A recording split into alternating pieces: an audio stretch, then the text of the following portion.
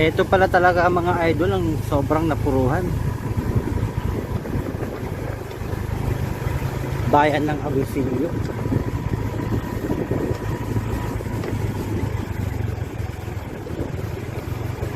Ano sila, nanliligot sila nung Taal volcano.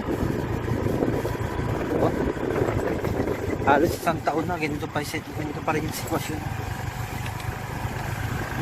Yung bahay.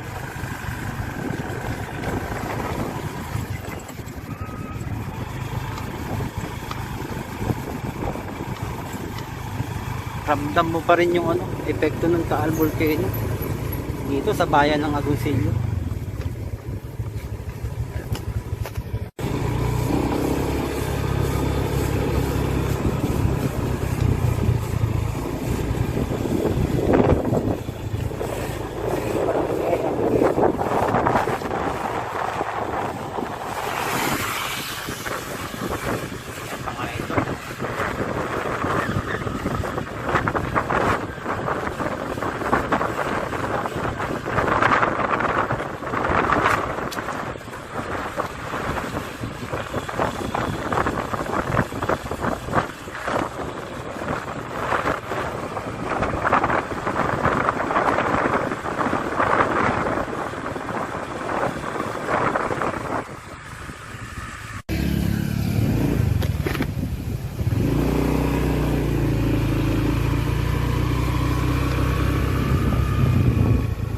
Grabe oh.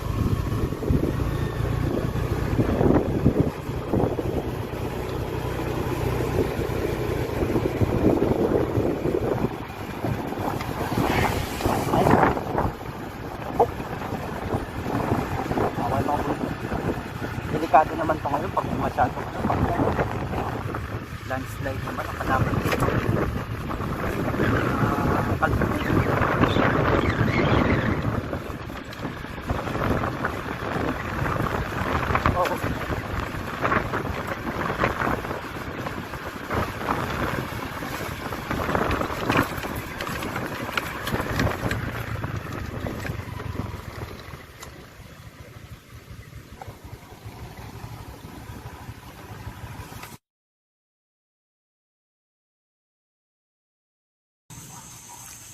So yan nga po, isang sulyap lang po muli sa tinaguriang the smallest but terrible volcano, ang ating Taal volcano.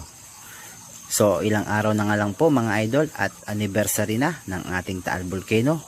Simula nang siya nagpakitang gilas, January 12, 2020. So sa darating na January 12, 2021, ang anniversary po ng ating Taal volcano.